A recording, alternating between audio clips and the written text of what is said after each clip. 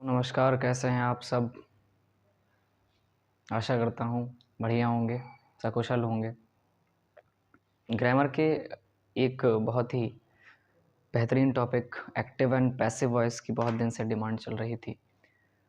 तो उस पर आज हम अपनी जो बृहद चर्चा है वो करेंगे और कैसे एक्टिव टू पैसिव वॉइस बनाया जाता है, पैसिव टू एक्टिव वॉइस बनाया जाता है, इन पर हम काफ़ी अच्छा अध्ययन करने वाले हैं। मैं कोशिश करूँगा आप तक सरल भाषा में एक्टिव पैसिव वॉइस की जो बेहतरीन समझ है वो मैं आप तक पहुंचा पाऊँ। और हमारा यह topic active and passive voice एक अच्छे टॉपिक की श्रेणी में माना जाता है। कई सारे एग्ज़ाम्स में इसको डायरेक्टली और इनडायरेक्टली पूछा जाता है। उसके लिए एक अच्छी चर्चा, उसके लिए एक अच्छा अध्ययन आवश्यक है, जो मेरे साथ आप कीजिए। मैं कोशिश करूँगा कि आप जो भी पैसिव और एक्टिव का ये जो क्रम चल रहा है इसका आनंद ले सकें, इसका अध्ययन कर सकें। तो ट्रांसफॉर्मेशन की एक बृहद चर्चा हम उसकी श्रेणी में एक्टिव एंड पैसिव वॉइस को रखते हैं। Generally active and passive voice transformation और नरेशन का प्रकार है।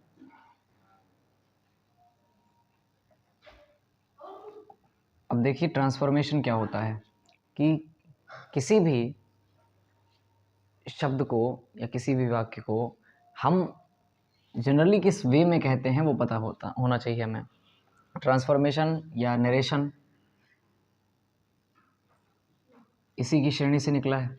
वॉइस जिसको हम ध्वनि कहते हैं, दो प्रकार की है जनरली, जिसको हम एक्टिव कहते हैं, इसको हम पैसिव कहते हैं। जब हमें डायरेक्टली किसी बात को कहना होता है तो वो एक्टिव की श्रेणी में आता है, और जब हम किसी बात को इनडायरेक्टली कहते हैं, इनडायरेक्टली नहीं, वैसे ये समझ जाइए कि अगर मैंने कहा कि उस व्यक्ति ने मुझे इतने पैसे दिए हैं, तो मैं इस बात को पैसिव वॉइस में ये कहूँगा कि उस व्यक्ति के द्वारा मुझे इतने पैसे दिए गए हैं, ये बात। तो ट्रांसफॉर्मेशन का सबसे बड़ा चेंज ये है, एक्टिव पैसिव वॉइस का सबसे बड़ा महत्व ये है कि हम टेंस को नहीं बदलते। टेंस नहीं बदलना चाहिए। दूसरी बात, सेंस या मीनिंग पर कोई परिवर्तन नहीं होना चाहिए। सेंस या मीनिंग पर कोई भी परिवर्तन नहीं होना चाहिए। ये नरेशन या ट्रांसफॉर्मेशन में एक्टिव पैसिव वॉइस की एक सबसे अच्छी समझ मानी जाती है।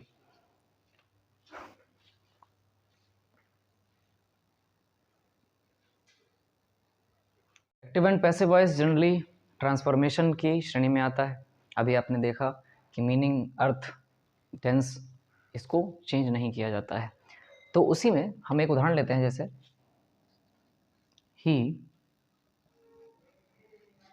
wrote a beautiful poem। अब ये लिखा हुआ है आपके सामने, ये एक्टिव वॉइस का सेंटेंस है। जब आपको कोई बात डायरेक्टली कही जाएगी, ही wrote a beautiful poem, generally हम इसको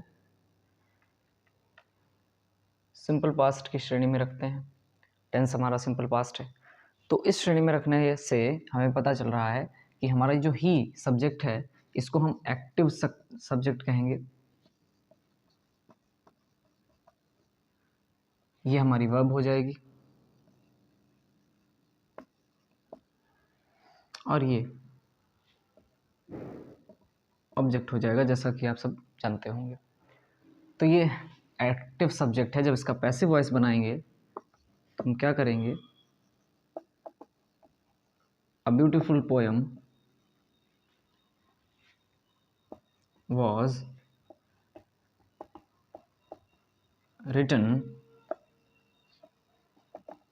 by him। अब आप देखिए, जो हमारा ऑब्जेक्ट था वो पैसिव वॉइस के सब्जेक्ट में, सेंटेंस में सब्जेक्ट का काम कर रहा है, और जो हमारा एक्टिव सब्जेक्ट था वो पैसिव वॉइस के सेंटेंस में कैसा काम कर रहा है, ऑब्जेक्ट का काम कर रहा है। तो इस अ ब्यूटीफुल पोएम में ये हमारा हो गया पैसिव सब्जेक्ट। क्या होता है पैसिव सब्जेक्ट, क्या होता है एक्टिव सब्जेक्ट, इस पर आप ध्यान से देखिए। ये उदाहरण, he wrote a letter, he wrote a letter, जैसे आपने इसमें टेंस को पहचान लिया सर, ये सिंपल पास्ट का सेंटेंस है और ये वॉइस कैसी है, एक्टिव। और इसी का जब हम पैसिव बनाते हैं तो आपने क्या किया, ऑब्जेक्ट को पैसिव वॉइस का सब्जेक्ट बना दिया और उसके साथ जो वर्ब आई हुई थी उसमें हम पैसिव वॉइस बनाते समय जब सिंपल पास्ट होता है तो उसकी पैसिव वॉइस में हम वाज लगाते हैं। जो वर्ब लिखी हुई थी उसकी थर्ड फॉर्म रिटर्न लगा दी और जिस सब्जेक्ट को आपने एक्टिव वॉइस में सब्जेक्ट बनाया था, जिस प्रोनाउन को आपने अपने एक्टिव वॉइस के सेंटेंस में सब्जेक्ट बनाया था, वो पैसिव वॉइस में जाकर ऑब्जेक्ट का काम करता है। अब एक्टिव और पैसिव, एक्टिव मीन्स सक्रिय, जो काम करे वो करता, हम जनरली इस बात को कहते हैं। तो यहाँ पर ये जो सब्जेक्ट है ये डूअर का काम करता है, कर्ता का काम करता है। और यहाँ पर अपना पैसिव वॉइस का जो सब्जेक्ट है, जो पैसिव वॉइस का सब्जेक्ट है वो निष्क्रिय है, यानी ये लेटर काम नहीं कर रहा है। हमारे पैसिव वॉइस में जो सब्जेक्ट होता है वो निष्क्रिय होता है, तो हम पैसिव को क्या कहेंगे, निष्क्रिय कहेंगे। ये जो चेंज है वो स्ट्रक्चर का चेंज है, इससे ये नहीं पता चलता है कि सेंटेंस कैसे एक्टिव वॉइस या पैसिव वॉइस का, वो तो इन दोनों वर्ड्स में छिपा हुआ है कि सक्रिय किसको कहेंगे, निष्क्रिय किसको कहेंगे। जहाँ पर हमारा सब्जेक्ट डायरेक्टली कार्य कर रहा है, काम कर रहा है, वहाँ पर वो डूअर का सब्जेक्ट हो जाता है, यानी एक्टिव सब्जेक्ट है। इसको हम लोग एक्टिव सब्जेक्ट कहेंगे और इसको हम लोग पैसिव सब्जेक्ट की संज्ञा देंगे, ठीक है।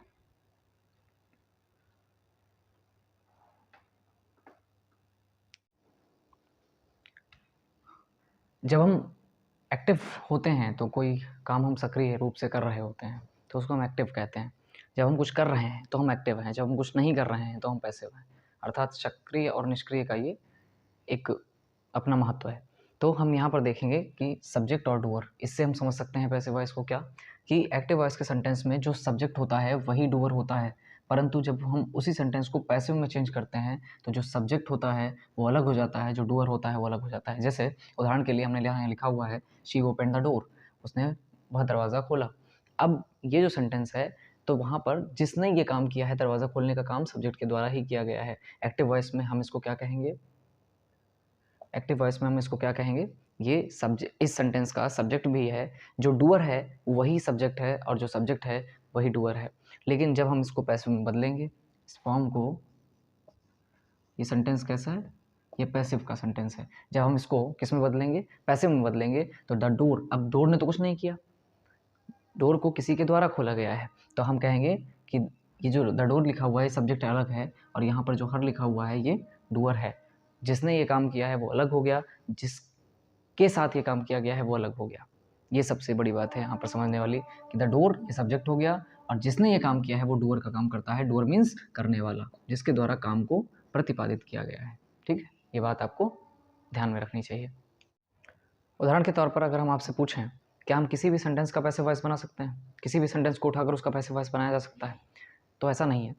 जैसे उदाहरण के तौर पर हम एक उदाहरण लेते हैं, एक एग्जाम्पल के ज़रिए हम इसको समझते हैं। ही वेटेड पेशेंसली, यहाँ पर बताया जा रहा है कि ही तो सब्जेक्ट हो गया, वेट हमारी वर्ब होगी, लेकिन पेशेंसली क्या है, कैसे, ये तो एडवर्बियल का रूप हो गया। जनरली हमें पैसिव वॉइस बनाने के लिए दो चीज़ों को आवश्यकता पड़ती है। सबसे पहले तो दो नहीं बल्कि तीन, subject plus verb plus object. Object कौन देता है, इसको हम समझेंगे ट्रांजिटिव वर्ब से, इसको हम लोग सकर्मक क्रिया के नाम से जानते हैं। किसके नाम से जानते हैं, सकर्मक क्रिया के नाम से जानते हैं। तो ट्रांजिटिव वर्ब क्या है कि वह सेंटेंस जिसमें कोई ऑब्जेक्ट पाया जाता हो। ऑब्जेक्ट दो चीज़ों का उत्तर होता है, क्या और किसे। वॉट और होम का आंसर, वॉट और होम का आंसर क्या कहलाता है, ऑब्जेक्ट कहलाता है। अगर सिंपल वे है, अगर आपको ऑब्जेक्ट पहचानना है तो बस इतना ध्यान रखिए क्या सब्जेक्ट, क्या सेंटेंस में सब्जेक्ट वर्ब और उसके साथ क्या और किसे, इन दोनों चीज़ों का उत्तर मिल रहा है क्या नहीं। वॉट और होम का आंसर मिल रहा है नहीं, अगर मिल रहा है तो हम उसको ऑब्जेक्ट मानते हैं, यदि नहीं मिल रहा है तो हम उसको ऑब्जेक्ट नहीं मानते हैं। तो पैसिव वॉइस अगर एक लाइन में आपको बताया जाए तो पैसिव वॉइस केवल उन्हीं सेंटेंसेस का बनेगा जो कैसे होंगे, जो अपने में ट्रांजिटिव वर्ब लिए होंगे, अर्थात जो सकर्मक होंगे। सकर्मक मीन्स जिनके साथ कर्म जुड़ा है, ऑब्जेक्ट आया हुआ है।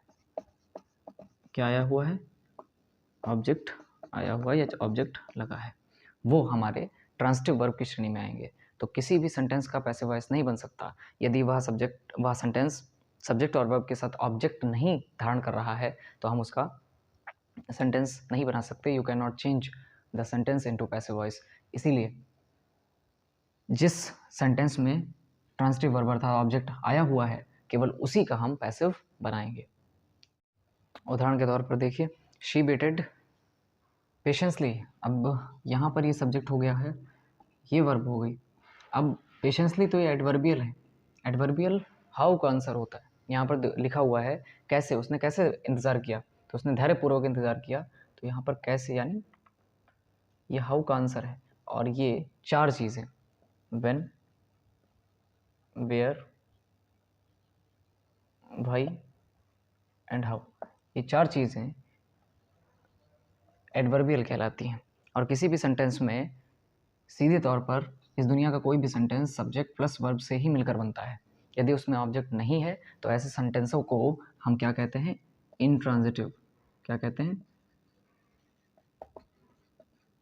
इंट्रांजिटिव कहते हैं। और जिस सब्जेक्ट में वर्ब के साथ ऑब्जेक्ट है उसको ही हम क्या कहते हैं, ट्रांजिटिव कहते हैं। तो अगर आपसे पूछा जाए कि इंट्रांजिटिव का पैसिव संभव है, तो आप कहेंगे इंट्रांजिटिव का पैसिव संभव नहीं है, परंतु ट्रांजिटिव का पैसिव बनाया जा सकता है। ये बात आपको याद रखनी है। तो शी वेटेड पेशेंसली का क्या पैसिव बनेगा, तो सीधी सी बात है, इसका पैसिव नहीं बनेगा। आप कह सकते हैं नो पैसिव, या this sentence can not be changed into passive voice. ठीक है, तो ये आप ध्यान रखें। When, where, why and how का आंसर एडवर्बियल, कब, कहाँ, क्यों, कैसे, ये एडवर्बियल कहलाता है। अगर किसी भी सेंटेंस में सिर्फ एडवर्बियल मौजूद है और ऑब्जेक्ट नहीं है तो हम उसका पैसिव वॉइस नहीं बना सकते। आगे देखते हैं किस तरीके से एक्टिव वॉइस और पैसिव वॉइस में सेंटेंस की चेंजिंग हो जाती है। तो सबसे पहले हम एक्टिव वॉइस का स्ट्रक्चर कैसा दिखाई देता है उस पर जोर देंगे। पहले सब्जेक्ट मिलेगा, उसके बाद वर्ब मिलेगी, उसके बाद ऑब्जेक्ट मिलेगा। यदि किसी सेंटेंस में ऑब्जेक्ट नहीं है तो अभी हमने कहा कि वो इंट्रांजिटिव की श्रेणी में आएगा और उसका पैसिव वॉइस संभव नहीं है। ये आपको अच्छे से ध्यान रखना है। तो जब हम एक्टिव वॉइस में सब्जेक्ट को देख लेते हैं, वर्ब को देख लेते हैं और ऑब्जेक्ट को देख लेते हैं, तो उसके बाद जब हम पैसिव वॉइस में इसको कन्वर्ट करते हैं, चेंज करते हैं, तो हम क्या करते हैं कि एक्टिव वॉइस के ऑब्जेक्ट को हम पैसिव वॉइस का सब्जेक्ट बनाते हैं। अभी थोड़ी देर पहले हम लोगों ने इस बात पर चर्चा की कि एक्टिव का जो सब्जेक्ट होता है वो सब्जेक्ट होने के साथ साथ डूअर भी होता है, परंतु जब हम उसी सेंटेंस को पैसिव में चेंज कर देते हैं तो ये जो सब्जेक्ट होता है वो सब्जेक्ट का कोई ज़रूरी नहीं है कि वो सब्जेक्ट जो पैसिव वॉइस में बनाया गया है वो आपका एक्टिवली वर्क कर रहा हो। जैसे अभी हम उदाहरण देखेंगे, तो सब्जेक्ट, उसके बाद वर्ब। वर्ब जब पैसिव वॉइस में यूज़ की जाती है तो जनरली हम उसको क्या कहते हैं कि हम पैसिव वॉइस में वर्ब की थर्ड फॉर्म लगाएंगे, और वर्ब की थर्ड फॉर्म को आप पास्ट पार्टिसिपल के रूप में भी जानते हैं।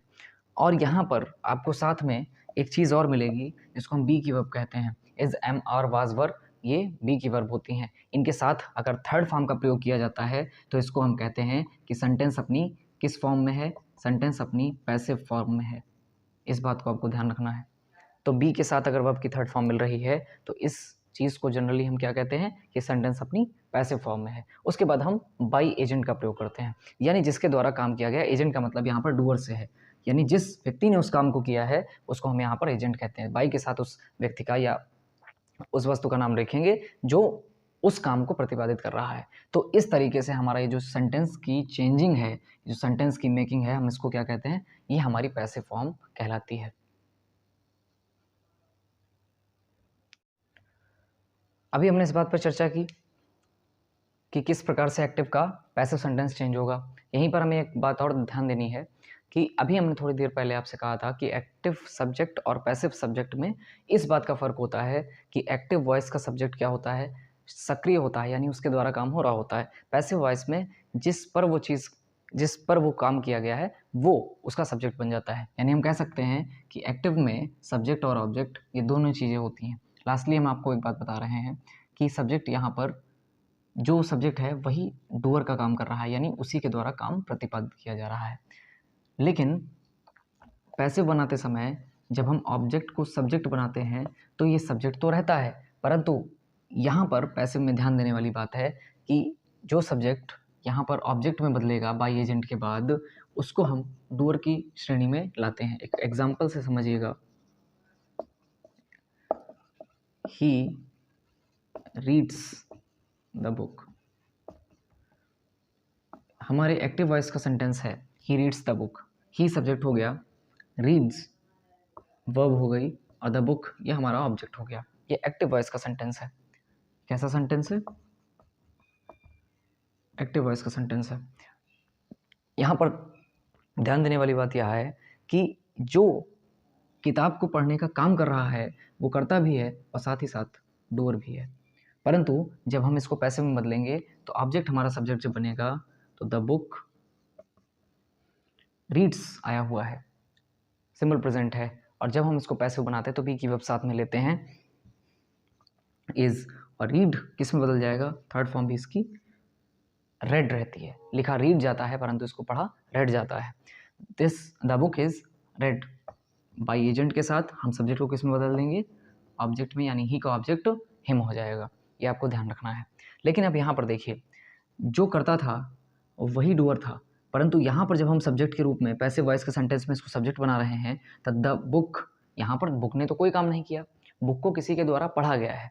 अब पढ़ा गया है तो हम उसमें ध्यान देंगे कि हमारा ये जो सब्जेक्ट है वो कैसा है, ये कैसा है, निष्क्रिय है। तो इसको हम पैसिव सब्जेक्ट कहते हैं। क्या कहते हैं? Passive subject. और इसको हम एक्टिव सब्जेक्ट कहते हैं, जो शुरुआत में अभी हमने थोड़ी देर पहले जाना या उसकी चर्चा की। और लास्टली ये जो हमारा हिम है, इसके द्वारा ही किताब को पढ़ने का काम किया गया है। तो ये कैसा हो गया, ये हमारा दरअसल डूअर हो गया, इसके द्वारा काम को किया गया है।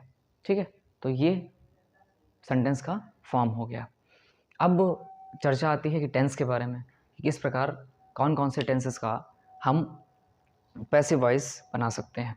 अब देखिए, उसके लिए सबसे अच्छी और सबसे उत्तम नीति यही है कि हम क्या करें, हम इसको एक चार्ट से देख लें किस किस टेंस का पैसिव संभव है और किसका नहीं संभव है।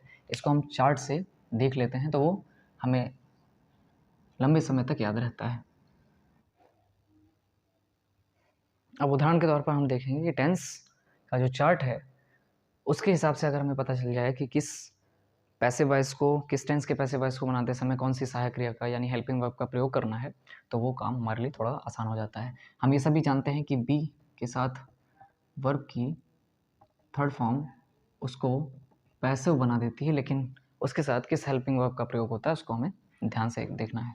तो प्रेजेंट इंडेफिनिट में हम इज, एम, आर को देखते हैं, और वहीं प्रेजेंट कॉन्टिन्यूअस में हम इज बीइंग, एम बीइंग और आर बीइंग को देखते हैं। परफेक्ट में हम हैज बीन, हैव बीन को देखते हैं, और वहीं प्रेजेंट परफेक्ट कॉन्टिन्यूअस की कोई सहायक क्रिया नहीं होती और इसका पैसिव वॉइस भी नहीं बनता। ठीक, पास्ट में हम देखते हैं वाज और वर को, पास्ट कॉन्टिन्यूअस में हम देखते हैं was being, were being। Past perfect में हम देखते हैं हैड बीन को, और पास्ट परफेक्ट कॉन्टिन्यूअस का कोई भी पैसिव वॉइस नहीं होता। फ्यूचर में हम विल बी, शैल बी को देखते हैं, लेकिन फ्यूचर कॉन्टिन्यूअस का कोई पैसिव वॉइस नहीं होता। आगे फ्यूचर परफेक्ट में हम विल हैव बीन,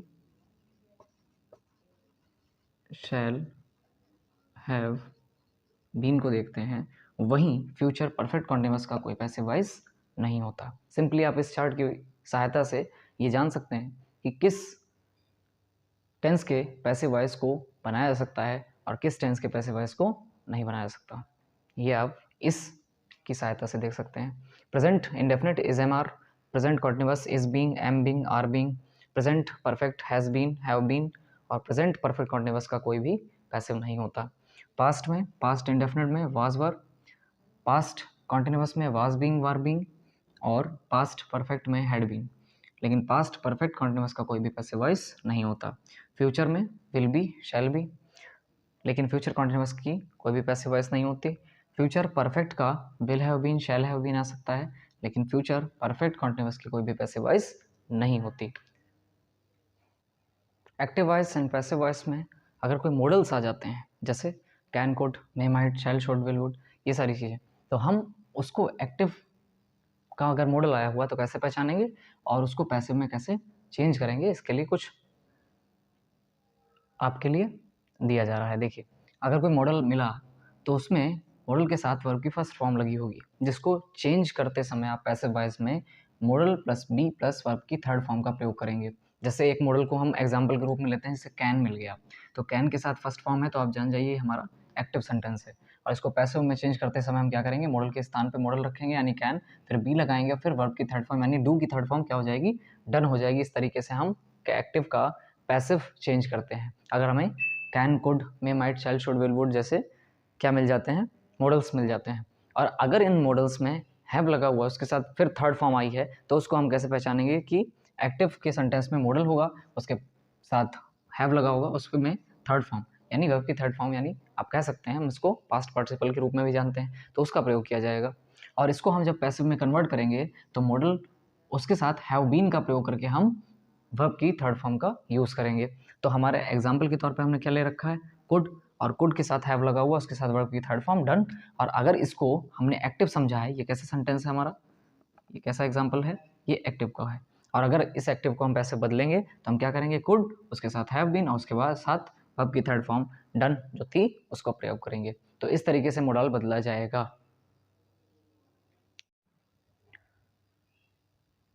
कुछ एग्जाम्पल की हेल्प से हम पैसिव वॉइस को और अच्छे से समझेंगे। He has written several novels. सबसे पहले तो समझिए सेवरल और मैनी में अंतर होता है। मैनी मीन्स अगर आप बहुत ज़्यादा की श्रेणी में लेना चाहें तो मैनी कर सकते हैं, परंतु सेवरल का मतलब दो से ज़्यादा, बहुत ज़्यादा नहीं लेकिन दो से अधिक अगर कोई चीज़ है तो उसको हम सेवरल की श्रेणी में रखते हैं, और मैनी मीन्स बहुत। ये हमेशा वस्तुओं के लिए जनरली उपयोग किया जाता है। तो he has written several novels,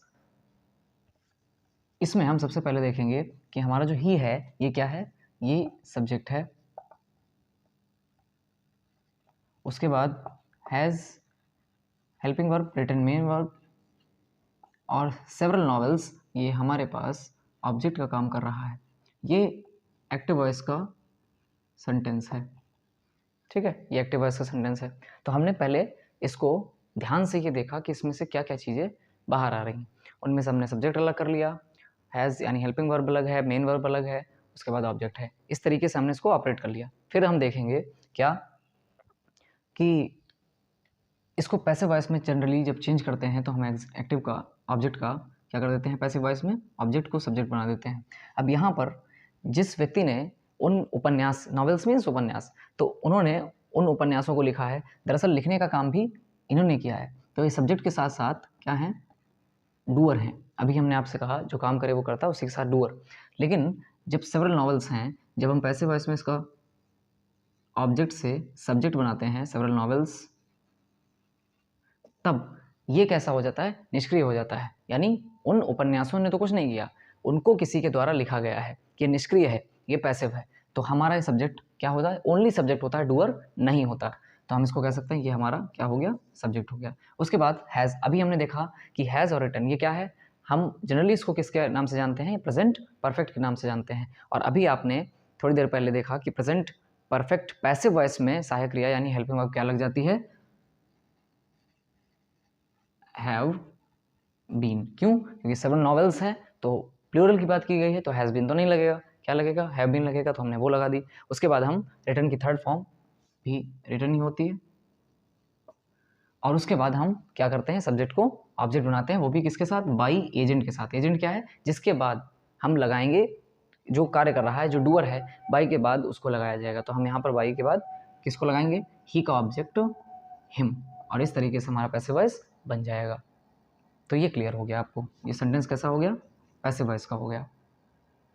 साथ ही हम नेक्स्ट एग्जाम्पल को देखते हैं। नेक्स्ट एग्जाम्पल में क्या कहा जा रहा है, the teacher asked this question in the class yesterday. अब अभी हमने थोड़ी देर पहले पढ़ा एडवर्बियल्स के बारे में, how, when, why and where का आंसर जो है वो हमारा एडवर्बियल कहलाता है। तो कब, कहाँ, क्यों, कैसे, ये एडवर्बियल है। इनसे पैसिव वॉइस में कोई लेना देना नहीं होता, ये जैसे हैं इनको बाद में वैसे ही रख दिया जाता है। हम सिर्फ सब्जेक्ट, वर्ब और ऑब्जेक्ट को पैसिव वॉइस में बदलते हैं, और साथ ही ये ध्यान रखते हैं कि हमारा सेंटेंस ट्रांजिटिव है या इंट्रांजिटिव। यदि इंट्रांजिटिव है यानी उसके साथ कर्म नहीं जुड़ा है, ऑब्जेक्ट नहीं लगा है, तो हम उसका पैसिव वॉइस नहीं बना सकते हैं। यदि उसमें कर्म है, ऑब्जेक्ट है, तो सिर्फ उसी सेंटेंस का हम पैसिव वॉइस बना सकते हैं। तो यहाँ पर देखिए द टीचर, ये क्या हो गया, सब्जेक्ट हो गया। अब शिक्षक ने क्वेश्चन करने का काम किया है। एक्टिव वॉइस के सेंटेंस में ये कैसा है, एक्टिव वॉइस का सेंटेंस है, तो जो सब्जेक्ट है वही यहाँ पर क्या कर रहा है, डूअर है, यानी वो काम भी कर रहा है, इसको पहचानना पड़ेगा। द टीचर आस्क्ड, ये हमारी मेन वर्ब हो गई, पूछना। और दिस क्वेश्चन, यह क्वेश्चन, ये क्या पूछा गया है, हमने कहा था ऑब्जेक्ट क्या होता है, व्हाट और होम का आंसर, तो क्या पूछा गया, ये सवाल पूछा गया, तो हम इसको क्या कर देंगे, ये ऑब्जेक्ट है हमारा। और इन द क्लास, ये कहाँ का उत्तर है, कहाँ ये सवाल पूछा गया था, तो ये कहाँ का उत्तर हमारा क्या हो जाएगा, एडवर्बियल। और कब पूछा गया, यस्टरडे, कल पूछा गया था, बीते हुए कल की बात की जा रही है, तो हम यहाँ पर कब का उत्तर, ये भी हमारा एडवर्बियल है। जनरली हम एडवर्बियल को किसके नाम से जानते हैं, कब, कहाँ, क्यों और कैसे, when, where, why and how. इन 4 चीज़ों को हम क्या कहते हैं, एडवर्बियल की श्रेणी में लाते हैं। और एडवर्बियल्स को पैसिव वॉइस में कोई स्थान नहीं दिया जाता, उनको वहीं जहाँ पर वो पहले रखे हुए थे वहीं पर उनको रख देते हैं। सिर्फ हमें किसके साथ पैसिव चेंज करना है, तो हम टीचर यानी सब्जेक्ट को मेन वर्ब और ऑब्जेक्ट के साथ पैसिव को चेंज करेंगे, कन्वर्ट करेंगे। कैसे, तो एक बार फिर से देख लीजिए एग्जाम्पल क्या दिखाया गया था आपको, कि ही सब्जेक्ट है हमारा एक्टिव वॉइस के सेंटेंस में, तो ही सब्जेक्ट हो गया। उसके बाद जो सब्जेक्ट है वही डूअर है, क्योंकि काम बहुत सारे अधिक नॉवेल्स को लिखने का काम किसके द्वारा किया गया, ही के द्वारा किया गया है, तो वही सब्जेक्ट है, वही डूअर है। उसके बाद हेल्पिंग वर्ब, फिर मेन वर्ब हमने देख लिया। टेंस को पहचाना, टेंस पता चला कि हमारा प्रेजेंट परफेक्ट का था, तो प्रेजेंट परफेक्ट में हम सहायक क्रिया किसका प्रयोग करेंगे, हैव बीन का। थर्ड फॉर्म लगा दी, रिटर्न, बाई एजेंट लगाया। उसके साथ सब्जेक्ट क्या हो गया आपका, ऑब्जेक्ट में परिवर्तित हो गया, और ही का ऑब्जेक्ट क्या हो जाएगा, ऑब्जेक्टिव फॉर्म क्या हो जाएगी, हिम हो जाएगी। अगला सब्जेक्ट आपका एग्जाम्पल क्या था, कि the teacher asked this question in the class yesterday. तो हमने यहाँ पर देखा जो सब्जेक्ट है वही डूअर है, डूअर का काम मतलब जो काम कर रहा है। उसके बाद थर्ड फॉर्म लगी हुई है आस्क्ड, फिर दिस क्वेश्चन, ऑब्जेक्ट लगा हुआ है। उसके बाद जो एक्स्ट्रा एलिमेंट दिया हुआ है जिसको हम एडवर्बियल कहते हैं, कब, कहाँ, क्यों, कैसे का उत्तर, when, where, why and how, इसका उत्तर जो दिया हुआ है वो एडवर्बियल कहलाता है। तो सेंटेंस में एक्स्ट्रा एलिमेंट होता है, उस पर ध्यान नहीं देना है। पैसिव केवल किसका, सब्जेक्ट का, वर्ब का और ऑब्जेक्ट का ध्यान में रख के बनाया जाता है। तो हम इसको बदलते हुए क्या कर देंगे कि दिस क्वेश्चन, अब हमारा ऑब्जेक्ट क्या हो गया, पैसिव वॉइस के सेंटेंस में सब्जेक्ट हो गया, परंतु ये डूअर नहीं हुआ। डूअर इसलिए नहीं हुआ क्योंकि क्वेश्चन पूछा गया, क्वेश्चन ने खुद तो कोई काम नहीं किया। जब आप कोई काम करते हैं तो आप एक्टिव होते हैं, जब आप कोई काम नहीं करते तो आप इनएक्टिव होते हैं, यानी पैसिव होते हैं। उसका अपोजिट क्या हो जाता है, एक्टिव का पैसिव हो जाता है। तो पैसिव यानी जब आप इनएक्टिव हैं, आप काम नहीं कर रहे हैं, निष्क्रिय हैं। तो यहाँ पर दिस क्वेश्चन, प्रश्न को तो पूछा गया है, जिसने पूछा है वो डूअर है, प्रश्न थोड़ी ना कोई काम कर रहा है। तो हम इसको क्या करेंगे, ऑब्जेक्ट को हम जब सब्जेक्ट में पैसिव में सब्जेक्ट बनाएंगे तो उसको दिस क्वेश्चन, उसके बाद आस्क्ड हमने पहचान लिया क्या पास्ट इंडेफिनिट की श्रेणी में आता है, तो उसको जब हम चेंज करेंगे तो सिंपल पास्ट किस में चेंज हो जाता है, वाज। अब वाज उसकी हेल्पिंग वर्ब है, वाज साथ में लगाया, हमने कहा था बी की फॉर्म आती है बी की फॉर्म प्लस थर्ड, बी की फॉर्म प्लस वर्ब की थर्ड फॉर्म, यही बताता है कि आपका सेंटेंस पैसिव फॉर्म में है, यही बताता है कि आपका सेंटेंस पैसिव फॉर्म में है। वाज आस्क्ड, अब थर्ड फॉर्म लगा दी, आस्क्ड हो गया, उसके बाद बाय एजेंट का, और एजेंट वो जिसने वो काम किया है। अब जब प्रश्न पूछने का काम टीचर ने किया था तो वही टीचर हमारा ऑब्जेक्ट के साथ साथ क्या हो गया, डूअर भी हो गया, जिसने वो काम किया है वो डूअर कहलाता है। उसके बाद आप देखिए जो एक्स्ट्रा एलिमेंट लिखा हुआ था, क्या लिखा हुआ था, in the class yesterday, in the class yesterday को एज इट इज जैसे लिखा हुआ था वैसे छोड़ दिया गया, क्योंकि वो एक्स्ट्रा एलिमेंट है, इन पर पैसिव वॉइस पे कोई भी विचार नहीं किया जाता, ये जैसे लिखे हैं उनको वैसे ही छोड़ दिया जाता है। दो एग्जांपल्स के साथ हम इसको और समझ सकते हैं, कैसे देखिए, एक्टिव वॉइस के सेंटेंस में ये कैसा एक्टिव वॉइस दिया हुआ है, ये भी सेंटेंस आपका कैसा है, एक्टिव वॉइस की श्रेणी में है। इसको पैसिव हमें बनाना है तो क्या करेंगे, सबसे पहले तो हमें पहचानना है सब्जेक्ट, सी हमारा सब्जेक्ट हो गया, उसके बाद विल बाय ये वर्ब हो गई, उसके बाद न्यू क्लोथ्स ये ऑब्जेक्ट हो गया, और ये टुमारो अभी हमने आपसे कहा कब कहाँ क्यों कैसे का उत्तर हमारा एडवर्बियल होता है, तो ये कब का आंसर है तो हम इसको एडवर्बियल कहेंगे, ये व्हेन का आंसर है तो हम इसको एडवर्बियल कहेंगे। और एडवर्बियल क्या है, एक्स्ट्रा एलिमेंट्स हैं, आप कह सकते हैं adverbials are extra elements in a sentence when a sentence is changed into the passive voice the adverbial are not changed. ये कहा जा सकता है कि जब भी ये एडवर्बियल एक्स्ट्रा एलिमेंट है, ये जब भी चेंज होते हैं पैसिव वॉइस, इनका सेंटेंस जब चेंज होता है तो पैसिव वॉइस में इनको कभी भी चेंज नहीं किया जाता, ये चीज़ आपको ध्यान में रखनी है। जैसे हैं वैसे बहुत सारे लोग क्या करते हैं कि टुमारो को वो समझ लेते हैं द नेक्स्ट डे में, जो कि इनडायरेक्ट में होता है, पैसिव वॉइस में कभी नहीं होता, तो कन्फ्यूजन के तौर पर ये हो जाता है, इसका आपको ध्यान रखना पड़ेगा। तो शी, उसके बाद विल बाय हमारी एक तो हेल्पिंग वर्ब हो गई और दूसरी हमारी मेन वर्ब हो गई, दोनों मिला के हम संयुक्त रूप से इसको वर्ब कह सकते हैं। और फिर न्यू क्लोथ्स ये ऑब्जेक्ट हो गया, टुमारो एडवर्बियल हो गया। अब जब हम इसको बदल रहे हैं तो एडवर्बियल से तो हमें कोई लेना देना है ही नहीं, तो हम क्या करेंगे कि ऑब्जेक्ट हमारा क्या बन जाएगा, पैसिव वॉइस में सब्जेक्ट बन जाएगा। अब आप जानते हैं कि जो एक्टिव वॉइस में सब्जेक्ट है दरअसल वही डूअर भी है, क्योंकि कपड़े को खरीदने का काम कौन करेगा, शी, वह करेगी, तो जब वो करेगी तो वो डूअर है, ठीक है। और डूअर कभी भी पैसिव वॉइस के सेंटेंस में सब्जेक्ट डूअर नहीं होता। जैसे अगर आप इस ऑब्जेक्ट को पैसिव वॉइस बनाते समय वही करना है कि ऑब्जेक्ट को सब्जेक्ट में बदलना है, तो न्यू क्लोथ्स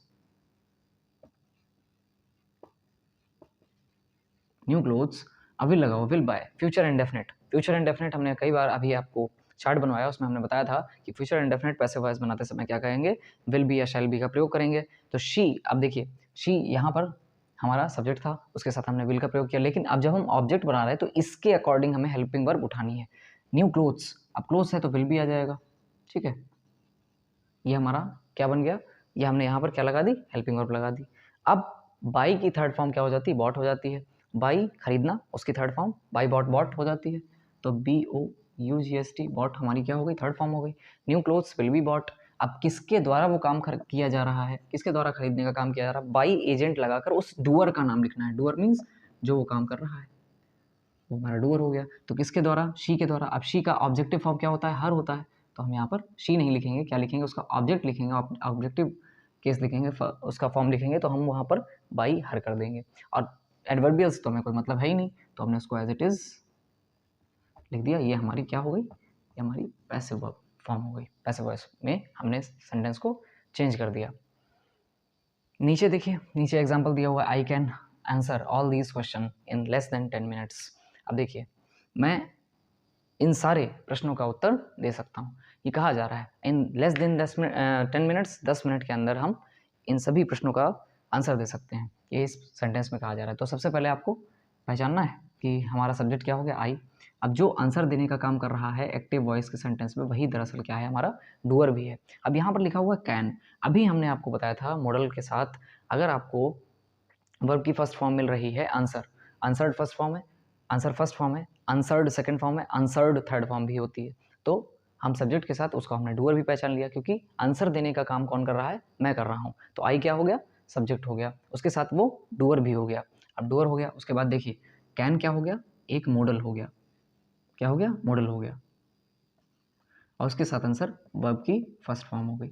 तो अभी हमने थोड़ी देर पहले देखा था कि अगर मॉडल के साथ वर्ब की फर्स्ट फॉर्म मिलती है तो मॉडल के साथ वर्ब की फर्स्ट फॉर्म मिलने पर उसकी पैसिव कैसे चेंज की जाती है, कैसे की जाती है, तो मॉडल मिलेगा, उसके साथ बी मिलेगा और उसके साथ वर्ब की फर्स्ट फॉर्म अगर मिली है तो पैसिव वॉइस चेंज करते समय हम modal plus be plus third form का प्रयोग करेंगे, वो हमारा पैसिव वॉइस में चेंज कर दिया जाएगा। आगे देखते हैं और कौन से सेंटेंस में तत्व दिए हुए हैं, तो ऑल दीज क्वेश्चंस, ये ऑल दीज क्वेश्चन हमारा क्या हो गया, ये ऑब्जेक्ट हो गया, क्योंकि हम किसका जवाब दे रहे हैं, व्हाट और हुम का आंसर हमारा ऑब्जेक्ट होता है, तो ऑल दीज क्वेश्चन, इन सभी प्रश्नों का उत्तर मेरे द्वारा दिया जाएगा। इसको हम पैसिव में बदलते समय ऐसे इसको फॉर्म करेंगे, इन लेस देन 10 मिनट्स, ये क्या हो गया, ये व्हेन का आंसर हो गया। अभी मैंने आपसे कहा when, where, why and how, ये क्या कहलाते हैं, एडवर्बियल कहलाते हैं। अब जब ये एडवर्बियल हैं, ये कब का उत्तर है, ये जब एडवर्बियल है तो हम इससे कोई मतलब नहीं रखेंगे, इससे कोई लेना देना आपका नहीं है, ये जैसे लिखा हुआ वैसे लास्टली चला जाएगा। अब हमें केवल किससे लेना देना है, सब्जेक्ट प्लस मॉडल, फिर उसके बाद थर्ड फॉर्म जो लगी हुई ऑब्जेक्ट, बस इतना हमें पैसे बनाना है,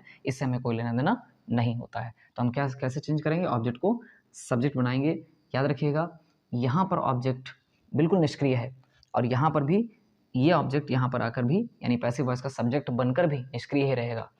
अब देखिए ऑब्जेक्ट है ऑल दीज क्वेश्चन, उसको हमने पैसिव वॉइस में क्या बनाएंगे, उसको हम बनाएंगे subject. All these questions, all this question हमारा क्या हो गया, सब्जेक्ट हो गया पैसिव में। अब कैन मिला हुआ है, मॉडल प्लस वर्ब की फर्स्ट फॉर्म, तो हमने क्या इसका रूल लिखा था कि कैन मिलेगा तो कैन ऐसे रख देंगे, उसके साथ बी लगाएंगे और आंसर की थर्ड फॉर्म यानी आंसर्ड क्या हो जाएगा, आंसर्ड, कैन बी आंसर्ड। उसके बाद जो हमारा डूअर है यानी सब्जेक्ट है उसको बाई एजेंट के साथ लिखेंगे, परंतु ध्यान रखना है आई का आई ऑब्जेक्टिव फॉर्म नहीं होगा, आई का मी बन जाता है, तो हम यहाँ पर मी, यानी इन सभी प्रश्नों का उत्तर किसके द्वारा दिया गया, मेरे द्वारा दिया गया। अब ये यहाँ पर जो ऑल दीज क्वेश्चन लिखा हुआ है ये कैसा सब्जेक्ट है, ये पैसिव सब्जेक्ट है, इसको हमें ध्यान रखना है। शुरुआत में हमने इस पर चर्चा की थी, ये कैसा सब्जेक्ट है, ये पैसिव सब्जेक्ट है, कैसा सब्जेक्ट है, पैसिव सब्जेक्ट है। जबकि ये कैसा सब्जेक्ट था, ये एक्टिव सब्जेक्ट था, एएस यानी एक्टिव सब्जेक्ट। ये पैसिव सब्जेक्ट इसलिए है क्योंकि ये सब्जेक्ट होकर भी इस पैसिव फॉर्म में कोई भी काम नहीं कर रहा है। इसके बाद हम आगे बढ़ेंगे तो हम देखेंगे क्या कि all these question can be answered by me. उसके बाद हमने देखा था कि इन लेस देन 10 मिनट्स ये हमारा एडवर्बियल है, इसको हम ऐसे ही लिख देंगे, इन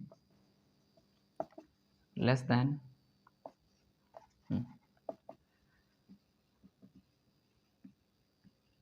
इन लेस देन 10 मिनट्स। इस तरीके से हमने इस पैसिव को फॉर्म किया है। अब बाय मी यहाँ पर सब्जेक्ट के हो जाने के बाद मी ऑब्जेक्ट का काम तो कर ही रहा है, साथ में डूअर का काम इसलिए कर रहा है क्योंकि इन सभी प्रश्नों का उत्तर किसके द्वारा दिया गया है, मेरे द्वारा। जो काम करे वो करता, डूअर का काम किसने किया है, मी ने किया है। तो वहाँ पर आई जो एक्टिव सेंटेंस में कैसा था, एक्टिव सेंटेंस में जो आई सब्जेक्ट था वो आकर पैसिव में क्या हो गया, चेंज होकर ऑब्जेक्ट में बदल गया, परंतु इसने भी यहाँ पर दोनों श्रेणियाँ अलग कर दी। ऑल दीज क्वेश्चन पैसिव का सब्जेक्ट हो गया और मी क्या हो गया, डूअर हो गया। जबकि एक्टिव वॉइस में सब्जेक्ट भी वही रहता है जो डूअर है।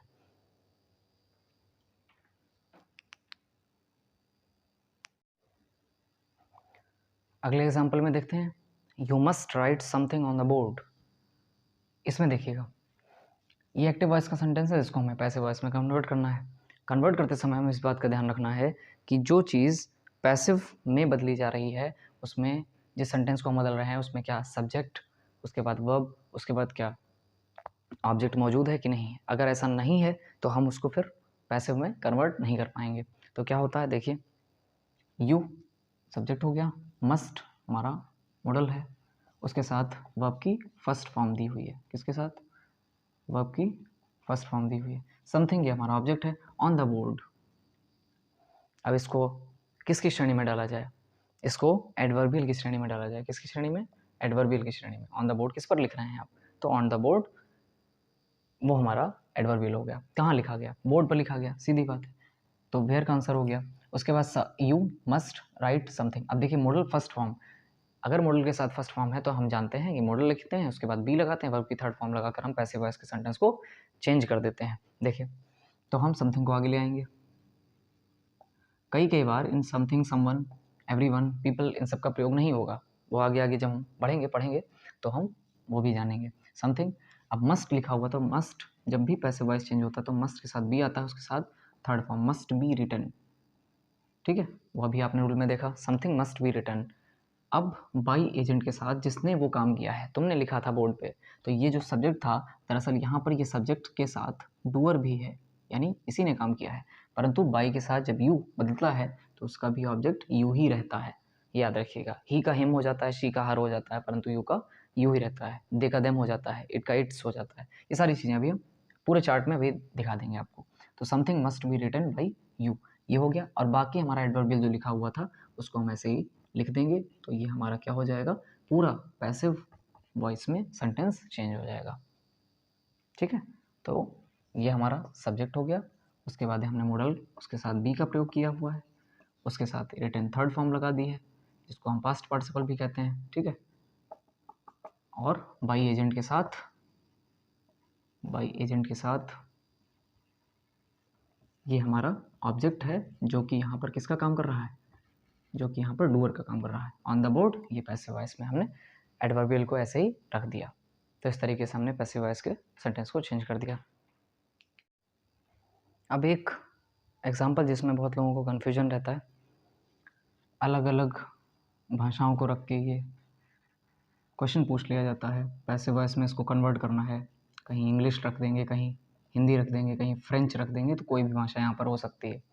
अब ऐसे सेंटेंस में एक चीज़ ध्यान देने वाली होती है कि दो ऑब्जेक्ट दे रखे हैं, अस दे रखा है, इंग्लिश दे रखा है, तो इस तरीके से ये एक्टिव वॉइस आपसे कन्वर्ट करने के लिए कहा जाता है पैसिव वॉइस में।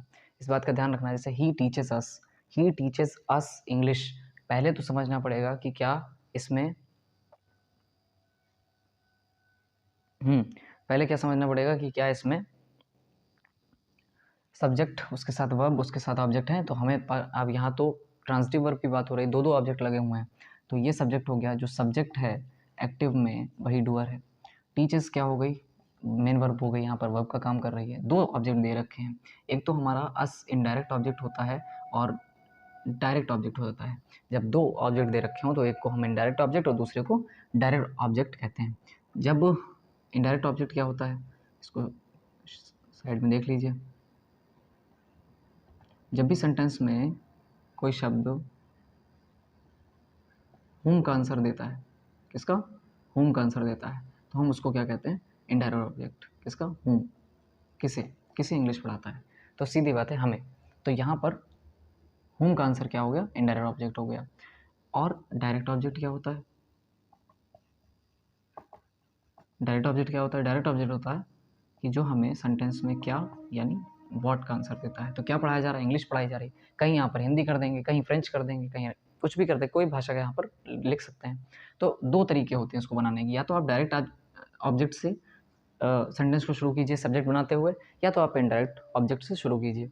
तो सबसे पहले तो हम ज़्यादा पावरफुल सेंटेंस माना जाता है कि आप डायरेक्ट ऑब्जेक्ट से शुरू करें। और जब भी, एक बात याद रखिएगा कि जब भी हम डायरेक्ट ऑब्जेक्ट का इस्तेमाल करके सेंटेंस की स्टार्टिंग करते हैं तो हमें किसी प्रीपोजिशन का सहारा लेना पड़ता है। ठीक है, तो प्रीपोजिशन यहाँ पर हम टू का प्रयोग करेंगे, उसके बाद ही हम अपना अगला इनडायरेक्ट ऑब्जेक्ट लिखेंगे, याद रखिएगा। तो शुरुआत हमने की है डायरेक्ट ऑब्जेक्ट से, तो हम क्या कर देंगे, यहाँ पर ऑब्जेक्ट बनाएंगे, सब्जेक्ट इंग्लिश हो जाएगा, टीचर्स है, प्रेजेंट इंडेफिनिट है, प्रेजेंट इंडेफिनिट पैसिव वॉइस सहायक क्रिया क्या होती है, इज होती है। टीच की थर्ड फॉर्म क्या हो जाती है, टॉट हो जाती है, इस बात का ध्यान रखना है। उसके बाद बाई एजेंट लगा के, अब देखना ध्यान से, बाई एजेंट नहीं लगता। अब यहाँ पर अभी हमने कहा कि डायरेक्ट ऑब्जेक्ट से अगर आप क्या बनाते हैं, सेंटेंस बनाते हैं, तो हम वहाँ पर प्रीपोजिशन को ही उपयोग कर लेते हैं, तो टू अस हो जाएगा। यहाँ पर अगर हम प्रीपोजिशन का प्रयोग करते हैं, प्रीपोजिशन क्या हो जाती है, टू अस हो जाता है।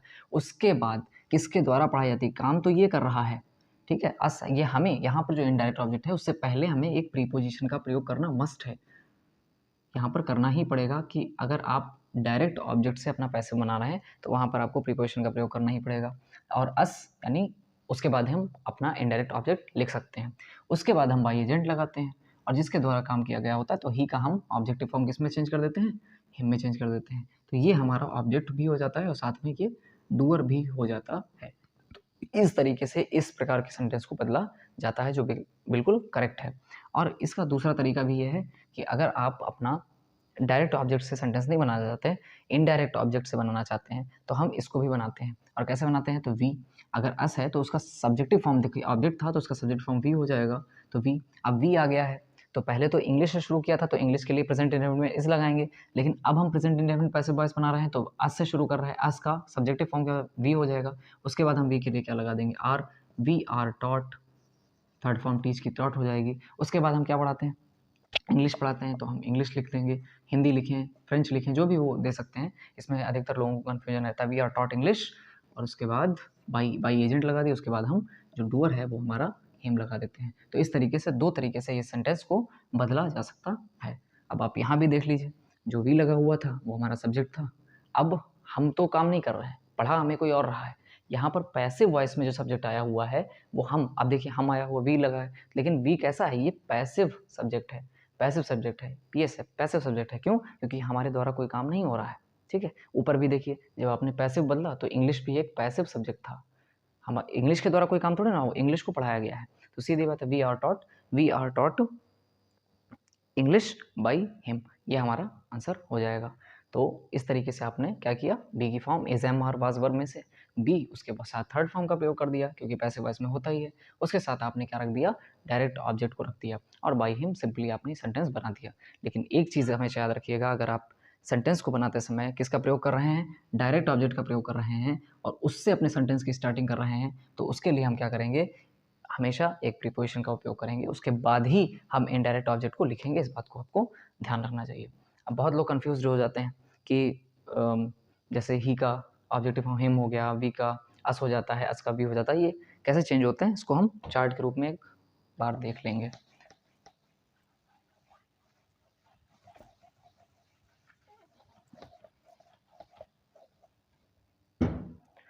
चार्ट बना लीजिए।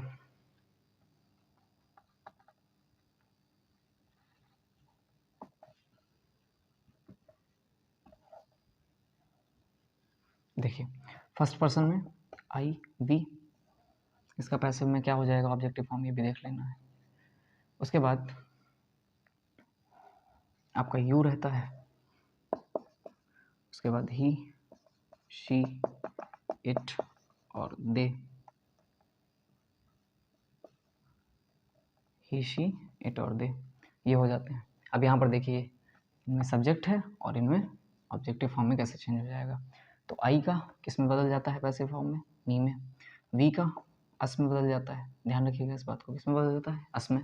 यू का यू ही रहता है, इसमें नो चेंज होता है, कोई चेंज नहीं होता। ही का हिम हो जाता है, शी का हर हो जाता है, इट का इट ही रहता है, और दे का देम हो जाता है। इस बात को आपको याद रखना है। तो इस तरीके से आपको कन्फ्यूजन नहीं होगा, और पैसिव वॉइस में लगातार आप इसको जब बार बार याद करेंगे तो आप इसको देखते जाएंगे। तो इस तरीके से नेक्स्ट क्लास में हम लोग इसके आगे के पैसिव और एक्टिव्स की बात करेंगे, एक्टिव टू पैसिव कैसे चेंज करना है, और भी नियम देखेंगे, उसको जानेंगे, और किस किस तरीके से इसके नए नए प्रयोग हो सकते हैं उसको भी हम समझने की कोशिश करेंगे। तो फिर मिलते हैं आपसे नेक्स्ट क्लास में, किसी इसी टॉपिक पे आगे और चर्चा होनी है नेक्स्ट क्लास में। तब तक के लिए आपने इस वीडियो को देखा होगा, इससे बहुत कुछ सीखा होगा, आशा करता हूँ आपको अच्छी लगी होगी, आनंद भी आया होगा पढ़ते हुए, और आपने अच्छे से इसके नोट्स भी प्रिपेयर किए होंगे। तो अगली वीडियो में मिलते हैं इसके आगे के टॉपिक्स के साथ। तब तक के लिए नमस्कार।